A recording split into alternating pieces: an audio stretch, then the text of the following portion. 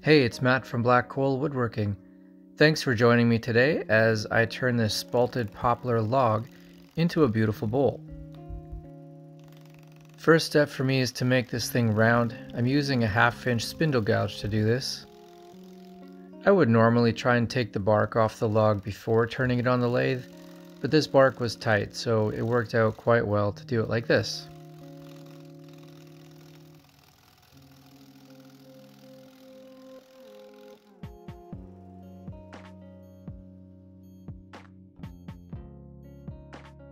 Let's try it from this angle.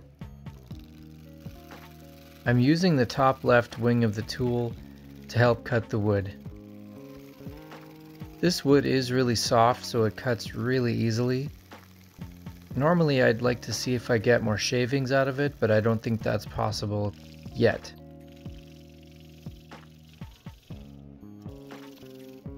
I'm putting a tenon on this bowl because it'll be the strongest way to keep it on the lathe. Now that dark bark where the tenon is right now still needs to come off because that stuff will break off if I try and use that as the tenon. And you can see as soon as I finish this cut, cutting away that brown bark there is just turns into dust.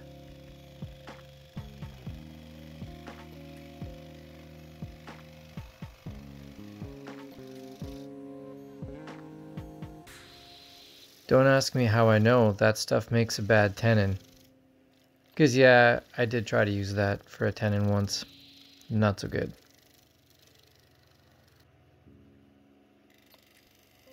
I switched over to a 1-inch flat scraper.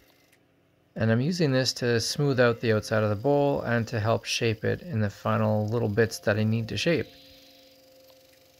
The spindle gouge did pull out some fibers, and it's probably just because this wood is fairly soft, but this scraper did a great job of cleaning that up.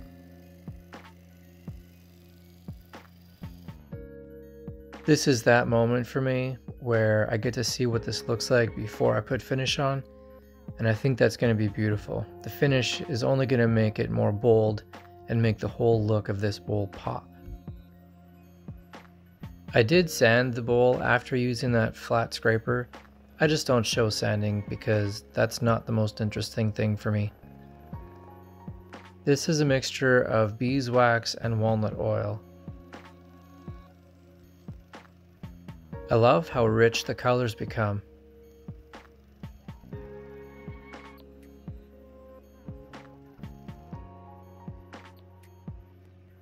I've found that following up the oil and wax finish with this pure beeswax really helps protect the surface of the wood a lot more. It doesn't really give it a thick film, but there is a tiny little thin film of wax there that kind of melts into the surface, and you can see that as I slowly move my way along the bowl. It really gives it a much smoother feel overall. I also like the gentle luster that it gives the wood.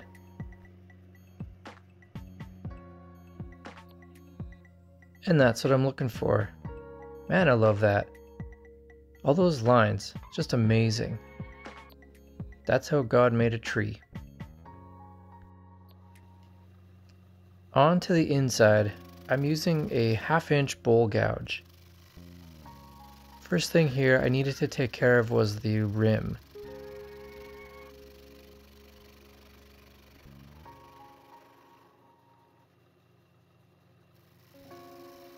I think I've probably tried just about every way possible to hollow out a bowl, and right now this might be one of my favorites. I've always liked going this direction with the wood as it just seems so, I guess, satisfying, and it just feels so much easier on me and the tool. I'll still need to take care of the side of the bowl, but I do still find that this is probably the fastest way to hollow it out.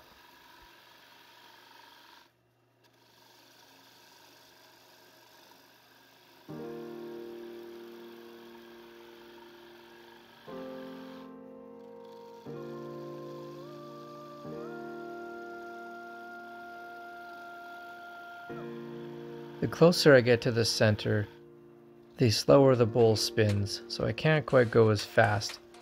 Also, that middle piece sometimes gives me trouble.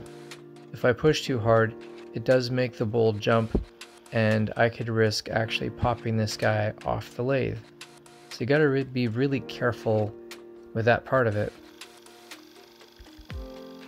To do the side of the bowl, this view is probably not the best, but I'm trying to get a shear scrape where I'm cutting with the left side of the tool, kind of near the point. I'll start the tool rolled over on its side, and then I'll angle it back almost straight up and down. But you got to be careful because you don't want to get a catch. You don't want to catch that left wing all the way. Just the point of it and a little bit on the side.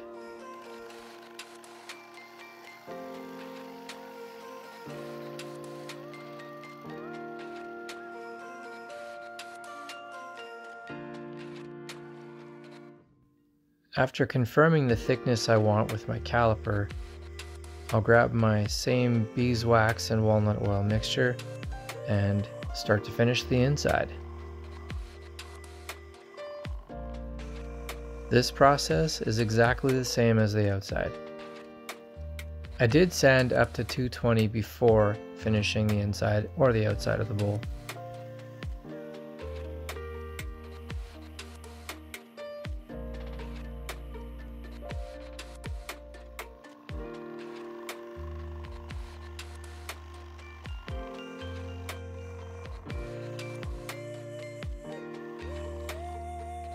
Another good source of beeswax I've found are actually my wife's candles. And no, I don't take them before she's used them. I take the last bit that she didn't use, and I found that I can melt them down and turn them into something for me.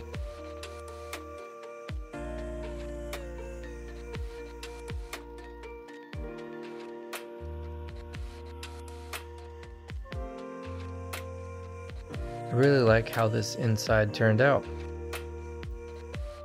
Now, to get rid of that tenon, I've got a cloth and some of those kitchen foamy rubber pads, and I put them inside the bowl so I don't mark it up at all. And I'll just use my tailstock to kind of pin it against the head there and try and get it to line up. Here I'm also using my 1/2-inch spindle gouge again, and just basically turning that tenon away.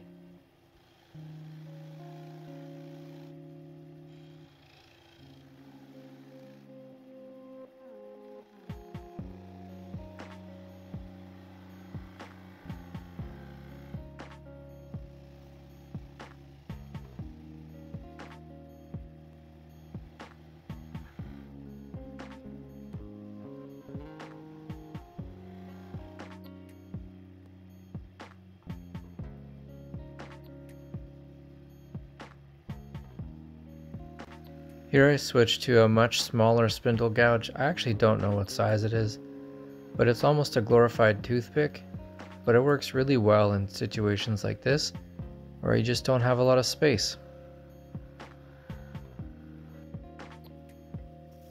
So I only show a tiny bit of sanding here, just because, again, I don't like to show it that much, but I am trying to finish the bottom of the bowl, and I want you to see how I'm doing that. The more sanding you can do while the bowl's on the lathe is so much more fun.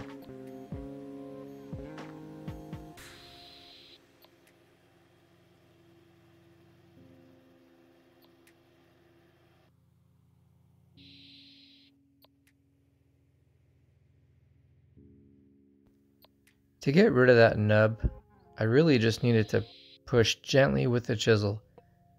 And I use my orbital sander. My sandpaper sticks out a little bit in one spot, and it's just enough for me to sort of power sand that off.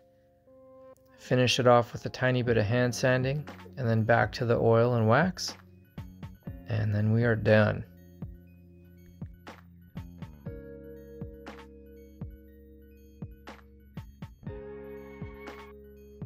Thanks for watching. If I've earned it, please consider subscribing. Also, give it a thumbs up, shoot me a comment. Thanks again. Catch you guys next time.